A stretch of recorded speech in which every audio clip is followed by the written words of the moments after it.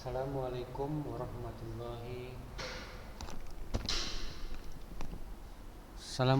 warahmatullahi wabarakatuh. Alhamdulillahirabbil alamin.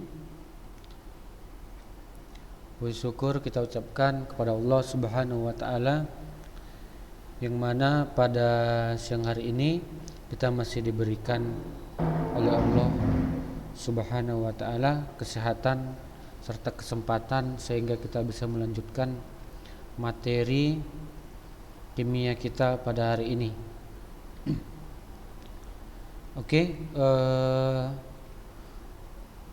Minggu yang lalu ya kita udah perkenalan ya kan mengenai apa itu unsur radioaktif kan begitu. Nah, jadi di sini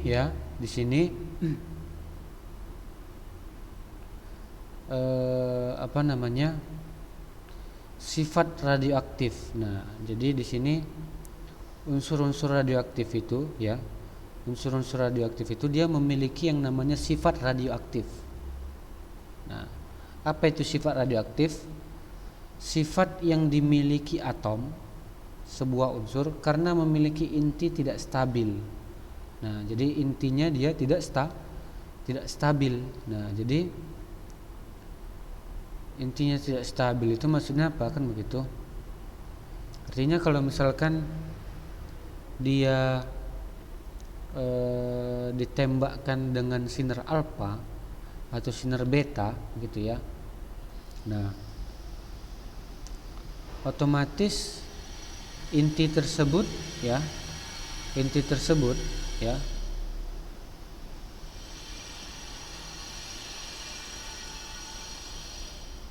akan dia berubah ya, berubah. Nah, berubah menjadi inti yang lain. Nah, begitu. Nah, jadi dipengaruhi oleh apa? Oleh sinar tadi. Ada namanya sinar alfa, sinar beta, dan sinar gamma. Nah, jadi pita kestabilan adalah daerah keberadaan inti-inti isotop stabil suatu unsur. Nah, jadi daerah keberadaan inti-inti isotop stabil suatu unsur. Nah, jadi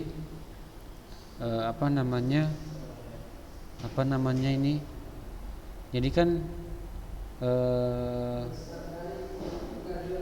inti atom itu kan dia memiliki yang namanya jumlah proton dan juga jumlah neutron kan begitu. Nah, jadi inti atom dia memiliki jumlah proton dan jumlah neutron. Dari mana kita tahu? Dari nomor atom dan nomor massa suatu unsur. Jadi kan diketahui misalkan unsur Z memiliki nomor atom sekian, kemudian nomor massanya sekian. Nah, dari situ kan kita ketahui ya, diketahui bahwasannya atom tersebut memiliki jumlah proton dan jumlah neutron kan begitu. Nah, jadi kalau misalkan isotop yang stabil kan begitu, isotop yang stabil ya,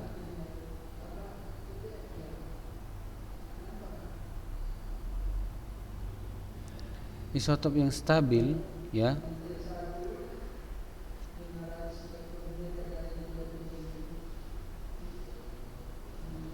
berarti dia di sini ada grafiknya kan begitu. Nah, jadi grafiknya itu yaitu apabila Z ya, jumlah proton sama dengan jumlah neutron. Nah, itulah dia. Berarti kalau dia di atas N lebih besar daripada Z, itu berarti dia berada di luar pita kestabilan kan begitu. Sama dengan kalau Z lebih besar daripada N, Z artinya jumlah proton lebih besar daripada jumlah neutron. Nah, jadi di sini ada namanya isotop stabil. Nah, isotop stabil itu apa pengertiannya? isotop stabil itu terletak pada pita kestabilan. Sedangkan yang tidak berada di atas, bawah, atau luar pita kestabilan. Ya. Jadi kalau dia berada di atas, berarti dia di luar pita kestabilan. Kalau berada di bawah juga di luar pita kestabilan. Unsur bernomor 83 ke bawah bersifat stabil. Jadi unsur bernomor 83 ke bawah itu dia bersifat stabil, ya. Kecuali transteknisium dan prometium. Namun dapat memiliki isotop yang tidak stabil yang disebut radioisotop. Nah, jadi isotop yang tidak stabil itu disebut dengan apa? Radioisotop, ya. Unsur bernomor di atas 83 pasti bersifat radioaktif. Pasti bersifat radioaktif. Artinya sifat yang dimiliki oleh atom yang memiliki inti tidak stabil. Berarti kalau di atas berarti pasti tidak stabil. Kan begitu?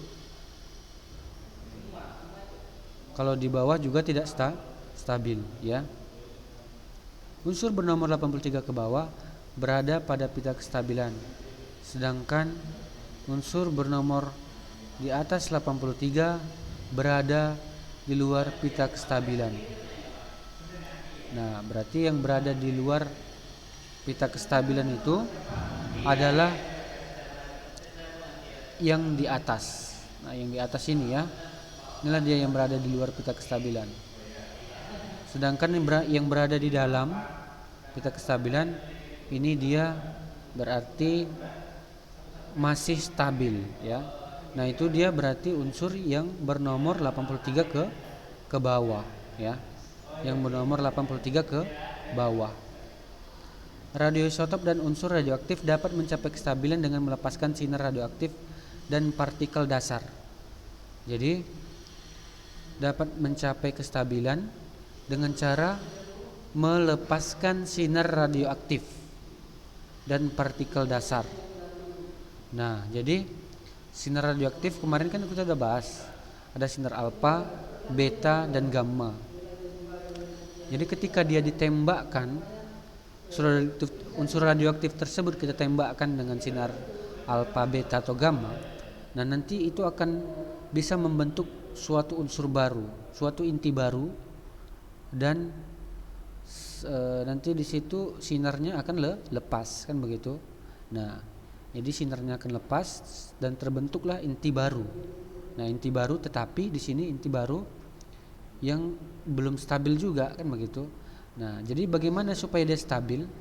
Nah, supaya dia stabil tadi apabila Z sama dengan N, jumlah proton per jumlah neutron itu nilainya adalah jumlah proton sama dengan jumlah neutron. Artinya begini. Bagaimana ya? Artinya jumlah proton sama dengan jumlah neutron. Nah, artinya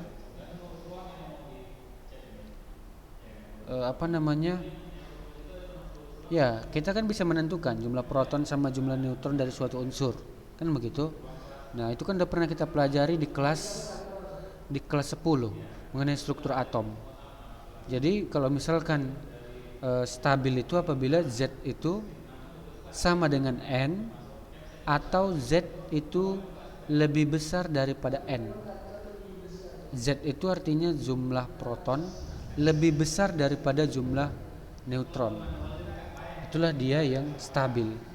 Nah, nanti mungkin ada ya unsur-unsur yang stabil, nanti akan kita bahas, ya. Jadi dia itu unsur radioaktif ini, ya, itu terus ditembakkan sinar sehingga membentuk inti baru. Nah, inti baru ini dia fungsinya apa? Untuk mencapai kestabilan. Nah, jadi untuk mencapai inti yang stabil begitu. Jadi terus ditembakkan sinar sampai inti tersebut didapatkanlah inti yang dia stabil. Nah, itulah tujuannya kenapa ditembakkan sinar tersebut. Jadi agar inti yang dihasilkan dari penembakan sinar tersebut adalah inti yang stabil. Inti yang memiliki Z sama dengan N atau Z lebih besar daripada N, begitu. Z itu adalah jumlah proton N itu adalah jumlah neutron gitu. Nah, jadi di sini sinar radioaktif, sinar yang dipancarkan dari reaksi inti, dapat mencapai kestabilan dengan melepaskan sinar radioaktif dan partikel dasar. Ya. Nah, jadi macam-macam sinar radioaktif, macam-macamnya itu ada sinar alfa, sinar beta, dan sinar gamma. Ya. Jadi ada sinar alfa, sinar beta, dan sinar gamma. Jadi yang paling besar daya tembusnya itu adalah sinar gamma. Sedangkan yang daya ionisasinya paling kecil adalah sinar gamma juga, begitu. Nah, sifat-sifat sinar radioaktif dapat menembus kertas atau lempengan logam tipis. Jadi kertas itu bisa ditembus ya dengan sinar tersebut ataupun lempengan logam tipis. Dapat mengionisasi gas. Dapat mengionisasi apa? Gas. Jadi gas dapat diionisasi oleh apa? Oleh sinar radioaktif. Kemudian dapat menghitamkan plat film. Dapat menghitamkan plat film, dapat menyebabkan ZNS berpendar. Kemudian dapat diuraikan oleh medan magnet. Nah, jadi sinar alfa itu dia bermuatan positif ya, bermuatan positif. Nah, jadi simbolnya adalah seperti ini. Alfa 24. Nah, alfa 24 2 ini ya. Jadi alfa 24 ini kan dia sinar alfa kan begitu. Nah, itu sering dia dinotasikan dengan unsur He. Karena He itu memiliki nomor atom 2, nomor massa 4. Nah, kemudian sinar beta itu dia bermuatan negatif. Nah, notasi atau simbolnya beta, di bawahnya -1, di atasnya 0. Seperti itu ya. Di bawahnya dia -1, di atasnya 0. Artinya nomor atomnya -1, nomor massanya 0. Sedangkan sinar gamma atau foton itu muatannya sama dengan 0. Muatannya dia artinya tidak bermuatan. Nah, berarti nanti di sini simbolnya ya, nomor atomnya 0, nomor massanya 0. Nah, kemudian nanti ada di sini elektron. Nah, elektron ini ya, elektron ini merupakan salah satu partikel gelombang. Ya, partikel dasar. Nah, partikel dasar ini bukan sinar, tetapi dia termasuk ke dalam apa tadi? Partikel dasar. Jadi selain sinar yang dilepaskan oleh inti radioaktif, juga nanti inti radioaktif bisa juga melepaskan elektron. Elektron itu artinya elektron lah. Elektron yang dimiliki oleh siapa? Oleh inti tersebut, sehingga membentuk inti yang baru kan begitu. Kemudian ada namanya proton. Nah, proton ini salah satu partikel dasar juga. Dia bermuatan positif, simbolnya atau notasinya P11 ya. Kemudian neutron itu muatannya 0, tidak bermuatan ya. Tetapi notasinya di sini 01, N01. Nah, kemudian positron itu dia bermuatan positif, itu -1, 0. Nah, di sini ada elektron ya, ada elektronnya. Kemudian antiproton itu di sini positif 1, 1. Nah, ini. Kemudian deuteron itu dia 21H, ini positif. Kemudian tritium itu positif, di sini 31H. Simbolnya notasinya adalah H13. Nah, jadi di sini ya, cara radioisotop dan unsur radioaktif mencapai kestabilan. Nah, jadi kestabilan tadi apa pengertiannya? Apabila Z sama dengan N atau Z lebih besar daripada N. Nah, jadi kita misalkan ya, jadi radioisotop yang terletak di atas pita kestabilan mengulangi jumlah neutron untuk stabil. Nah, jadi kalau misalkan tadi radioisotop yang di atas pita kestabilan kan ini, ya kan? Ini kan pita kestabilannya, berarti kan di atas nih. Nah, ini kan kenapa dia nggak stabil? Karena jumlah neutronnya itu lebih besar daripada jumlah protonnya.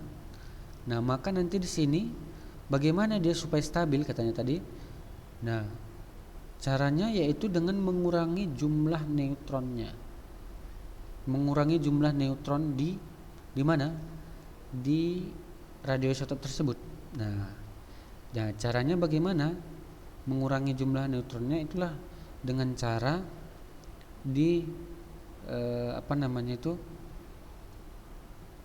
dengan cara memancarkan sinar atau partikel dasar. Nah, begitu. Dengan cara memancarkan sinar atau partikel dasar. Nah, sementara kalau radioisotop yang terletak di bawah pita kestabilan, ya, di bawah pita kestabilan, dia mengurangi jumlah proton untuk stabil. Berarti nanti di sini, ya, dia mengurangi jumlah proton untuk stabil. Kenapa? Karena jumlah proton di sini lebih besar daripada apa? Daripada N. N itu adalah jumlah neutron. Ya, paham ya? Nah,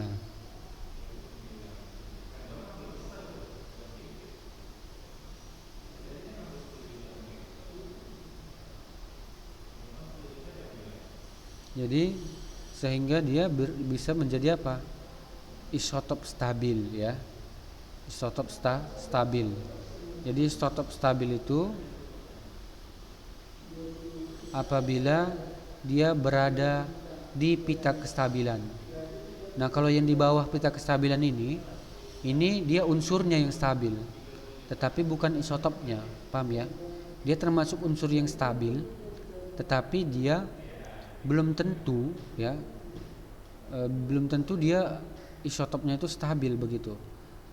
Nah, jadi unsurnya yang stabil, tetapi isotopnya belum tentu stabil.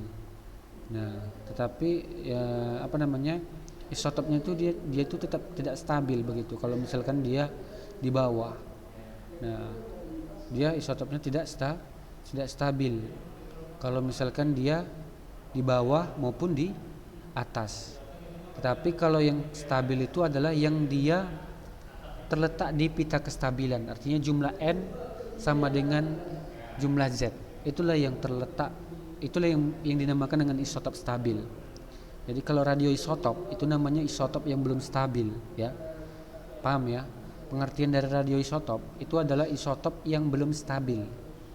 Nah, jadi kalau katanya radioisotop artinya isotop yang belum stabil. Nah, isotop yang stabil apabila jumlah proton itu sama dengan jumlah neutron. Nah, jadi kalau radioisotop yang di bawah pita kestabilan, ya, berarti di bawah tadi radioisotop, ya, radioisotop masih, karena radioisotop itu merupakan isotop yang belum stabil. Nah, kalau misalkan di bawah pita kestabilan, ya, di bawah pita kestabilan itu dia juga mengalami pengurangan jumlah proton, karena di sini protonnya berlebih. Nah, caranya ditembakkan dengan sinar apa? Dengan cara kalau misalkan kita mengurangi jumlah proton, nah, maka nanti dia bisa melepaskan itu neutron. Karena di sini neutron itu dia jumlah protonnya jumlah neutronnya sama dengan 1. Nah, karena jumlah neutronnya sama dengan 1, maka nanti otomatis intinya kan begitu, intinya akan kekurangan apa? Kekurangan jumlah proton. Nah, demikian seterusnya. Jadi intinya itu terus ditembakkan sinar, terus dia melepaskan sinar sehingga dia melepaskan sinar. Nah, jadi ketika dia melepaskan sinar atau partikel dasar tersebut, nah, dia akan membentuk inti baru nih. Nah, inti barunya itulah yang nantinya akan mencapai kestabilan pada saat terbentuk inti atau isotop yang stabil. Nah, disitulah baru berhenti penembakan atau pelepasan sinar tersebut. Kenapa? Karena sudah stabil, sudah didapatkan inti yang stabil begitu. Nah, unsur radioaktif itu cenderung mengurangi jumlah proton dan neutron untuk stabil. Nah, ya. Jadi unsur radioaktif itu cenderung mengurangi jumlah proton dan neutron untuk stabil. Nah, jadi fungsi daripada sinar-sinar ini tadi, ya, itu adalah untuk mengurangi jumlah proton maupun mengurangi jumlah neutron suatu inti yang tidak stabil. Nah, jadi suatu inti yang tidak stabil itu memancarkan sinar-sinar ini atau partikel-partikel ini yang tujuannya untuk apa? Untuk supaya didapatkan inti yang stabil. Nah, itu perhatikan contohnya nanti di sini. Ah, ini.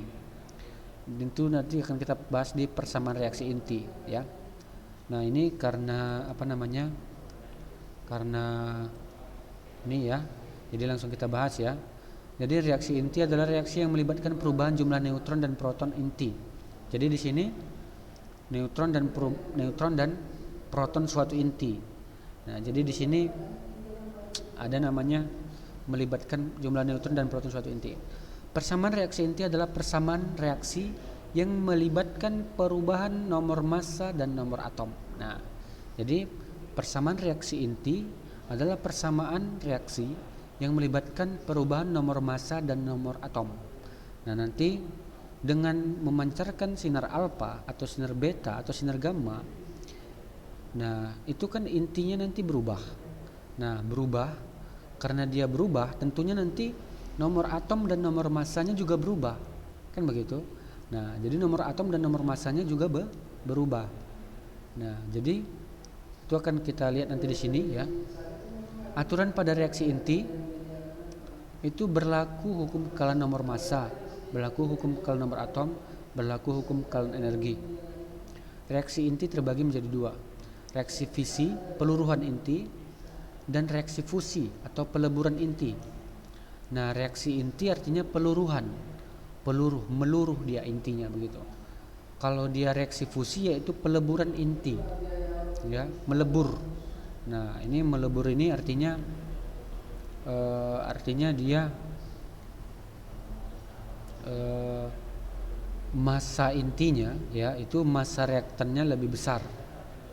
Kalau dia reaksi fisi ya meluruh, otomatis nanti massa reaktan, massa intinya itu dia lebih besar ya, massa reaktannya lebih besar daripada massa hasilnya, produknya begitu.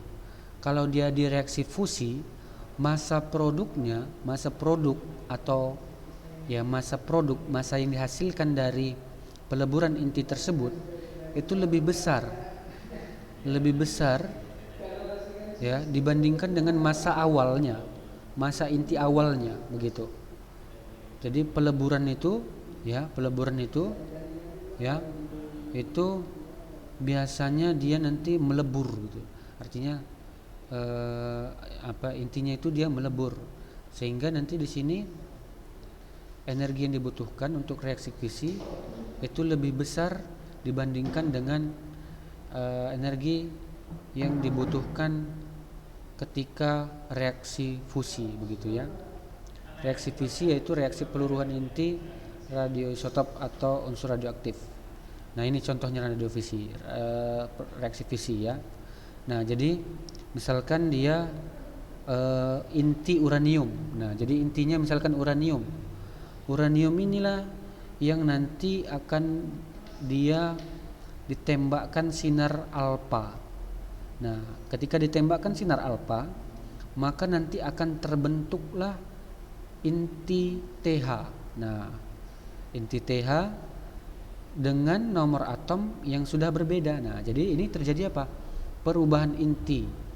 Terjadi perubahan inti atom ya, harusnya kan uranium ditembakkan sinar alfa yang dia massanya 4, nomor massanya 4, nomor atomnya 2, maka nanti dihasilkan apa?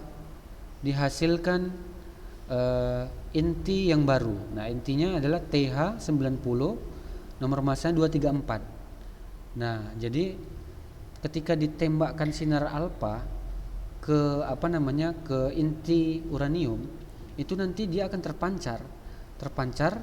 Nah, jadi disinilah dia nanti terbentuk sinarnya, itu akan memancar dan terbentuk inti yang baru. Nah, inti yang baru itu adalah TH. TH ini ya, nomor atomnya adalah 90, nomor masanya 234. Nah, jadi kenapa terbentuk TH? Karena di sini kan sinar alfa itu kan nomor atomnya 2, nomor masanya 4. Nah, jadi di sini uranium ini berkurang dia nomor atomnya. Berarti kalau berkurang 2. Berarti 92 dikurang 2 jadi 90. 238 dikurang 4 jadi berapa? Jadi 234. Nah, jadi yang nomor atomnya 90, nomor masanya 234 adalah unsur TH, begitu ya. Nah, jadi TH ini juga nanti akan dia ditembakkan oleh sinar yang lain. Nah, pokoknya dia ditembakkan sinar yang lain supaya apa? Supaya nanti mencapai kestabilan, sampai nanti didapatkan inti yang nanti jumlah proton sama dengan jumlah neutronnya. Nah, itulah dia. Jadi sampai dia menghasilkan inti yang mencapai kestabilan, sampai mencapai inti yang stabil. Nah, seperti itu ya. Nah, jadi nanti ini TH akan ditembakkan lagi sinar yang lain, memancarkan sinar yang itu, kemudian didapatkanlah nanti unsur atau inti yang lain, begitu. Nah, demikian seterusnya sampai dia mendapatkan inti yang stabil. Inti yang stabil apabila jumlah proton sama dengan jumlah neutronnya. Demikian juga dengan yang PO ya. Demikian juga dengan yang PO. Kemudian yang C. Nah, yang C ini dia ditembakkan bukan sinar alfa ini ya. Ini dia namanya E-10. Ini dia termasuk ke dalam sinar elektron ya. Jadi C di sini ya, C di sini dia melepaskan elektronnya membentuk inti nitrogen. Nah, inti nitrogen ya, yaitu apa? Nomor atomnya 7 dan nomor masanya 14. Oke, untuk reaksi persamaan reaksi inti ini akan kita bahas lagi di pertemuan berikutnya ya. Demikianlah. Assalamualaikum warahmatullahi wabarakatuh.